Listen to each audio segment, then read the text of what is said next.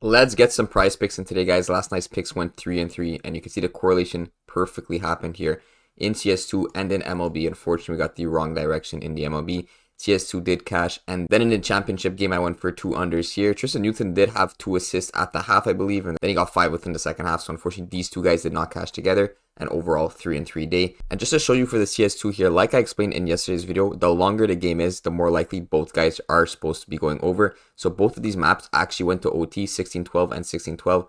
Let's say the second map actually only went like 13-2, so it was a quick game. You would have seen both these guys go under their props. In our case, we got what we were expecting. What we wanted was longer maps for both things, and that's exactly what happened with 2 OTs. And you can see they both cleared their props pretty easily. They absolutely crushed them, right? 32 to 22.5. And 29 to 24.5. Now for the Cubs, they did amazing. I believe they scored 8 runs, and we were expecting only 3.5 runs. So you could see how both these guys went over their props. I don't know exactly what happened, but I'm pretty sure Bellinger ended up running in Hap or something like that, right? So Hap gets that run, Bellinger gets that RBI, and you can see how they both missed together because Chicago was doing well last night. 5 hits, runs, RBIs for Hap, and then 4 for Bellinger. So you can see the correlation was fully in effect last night, except for the championship game here. But other than that, everything went as planned. Unfortunately, we had Chicago Cubs on the unders rather than the overs. Anyways, get onto the board for today. I have a very interesting slip here, and we're going to be using this taco. I don't normally use tacos in the videos, but I think it's a very nice 6th pick to the slip. And I'm going to build another 5 guys around this taco. So right now it's Doncic with an hour and 15 minutes left. By the time you watch this video, it might be someone else, but just grab the taco with whatever slip you're going with. Guys, always take tacos. Obviously, this Doncic one, everyone's going to be on. The only thing is they're up against Charlotte. There might be a blowout.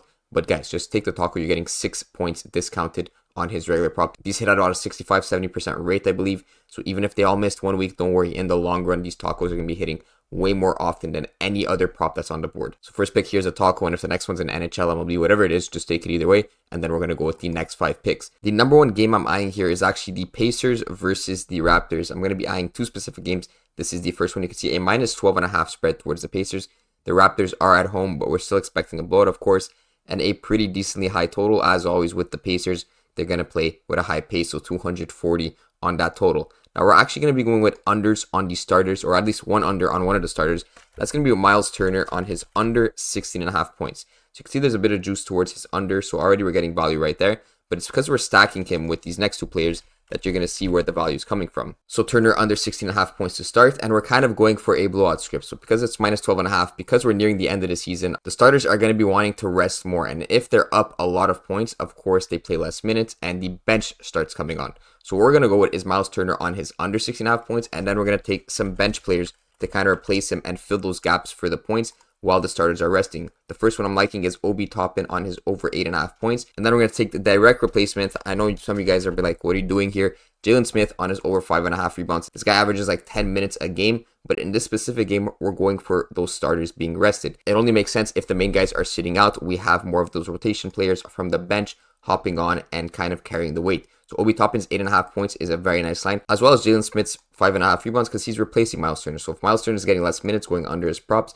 Jalen Smith is getting more minutes and going over his props. Now on top of that, if we check the juice on both of these players, so Obi Toppin here, you can see his over 8.5 points is slightly juiced towards the over -118 compared to -112 on the under, which is pretty decent. We got Jalen Smith on his rebounds with even more juice towards the over 5.5 rebounds. So again, we got the directions right on every single player in terms of where the juice is favorable. So both these guys on the over since they're from the bench. And if we go and check the actual defensive matchups for Jalen Smith specifically, we all know the Toronto Raptors have not been very good at rebounding throughout the whole season. And especially since Jakob is out, you can see the top 3 easiest matchup allowing around 16 rebounds per game to the center position specifically. If you check versus all positions, they're a bit lower, but we're specifically targeting that center in Jalen Smith. And if we check the last 15 or even the last 30, they're actually the easiest matchup out there. And the last 15 still the easiest matchup. Because now the Raptors don't really have any good rebounders here since Jakob has been out for some time. I'm not sure how long, but I know it's been a while.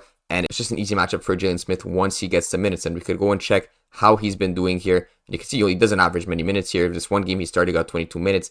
9 rebounds. This game versus Miami, played 11 minutes, only got 1 rebound. We're kind of looking for these blowout games here. So you can see versus Brooklyn, 133 to 111. He played 16 minutes, which is plenty. That's kind of what we're going for. We don't want him to get 11, 12. We want him to get around 16. And he got 10 rebounds in this specific game. Also versus the Lakers in this 19-point game, he got 17 minutes, 7 rebounds. This game, the Pacers got blown up, but you could see here versus Golden State, 123 to 111. He got 21 minutes and 7 rebounds. So it's mostly in these games where he's not really getting that many minutes, so 12 to 14, where he's going under that 5.5 rebounds prop. You see the 11-minute game here. And it's not that it's impossible for him to get 3 rebounds if he plays less minutes. We want him to be getting more minutes tonight. Seeing this game's down here, 19 minutes, 19, 18, 18. He got 8, 6, 9, and he only missed it in 1 game. So that's where we're going for, that 15 to 16 minute mark for Jalen Smith tonight. And you're going to see he's going to easily cash his over 5.5 rebounds. Now, similar concept for Obi Toppin. He has been actually averaging 20.3 minutes in the past 3 games, 19.4 in the past 5. If you go and check his actual games here, you could see only in this game he got 11 minutes. In these 2 games, he did not clear his over 8.5, but in these games, we got 19 minutes, 20 minutes, 25 minutes. He cleared his points props.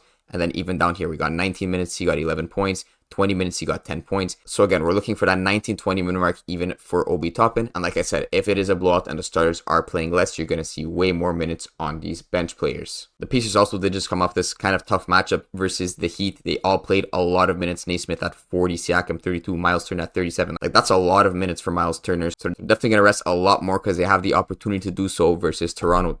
Moving on to the last 2 picks, I'm heading over to this Bucks game, and I'm going to be taking some Celtics players here. Jaylen Brown on his over 20.5 points is the first one I'm going with. I'm liking what I see here. It's going to be a tied game, -2 spread towards the Celtics, and then a 228 total, which is decent enough for that over prop. And now we're going to check Jaylen Brown's actual juice, and you can see it's all the way up at -136. So his over 20.5 points is much more likely than his under 20.5 points. Of course, on Prizepicks, where the payout doesn't change, whether we take over or under, we might as well go with the more here because it's the more likely thing to happen, and we still get that same payout. It's not the same thing on traditional sportsbooks. You can see if I lay down $136 on his over, I only win $100. But if I put $136 on his under, I win $140. So you can see how powerful it is to take a prop like this on Prizepicks where our payout is going to be exactly the same. So Jaylen Brown on his over 20.5 points is the first prop. Now, you know how I usually like to take assist props if I'm grabbing someone's points on a specific team. A lot of Jaylen Brown's points are not going to be assisted. You can see about 47.6% of his field goals made are assisted.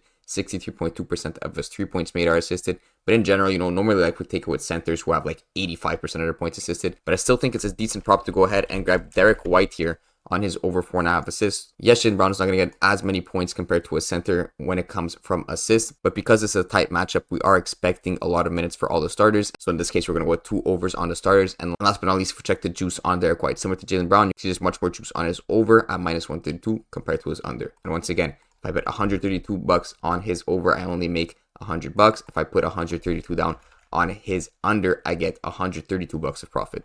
So that is why it's powerful, once again, to take him on the over 4.5 assists on Prizepicks where our payout is not altered. So this is going to be the full slip. Like I said, guys, if the Doncic taco is not there, just replace it with whatever other taco there is.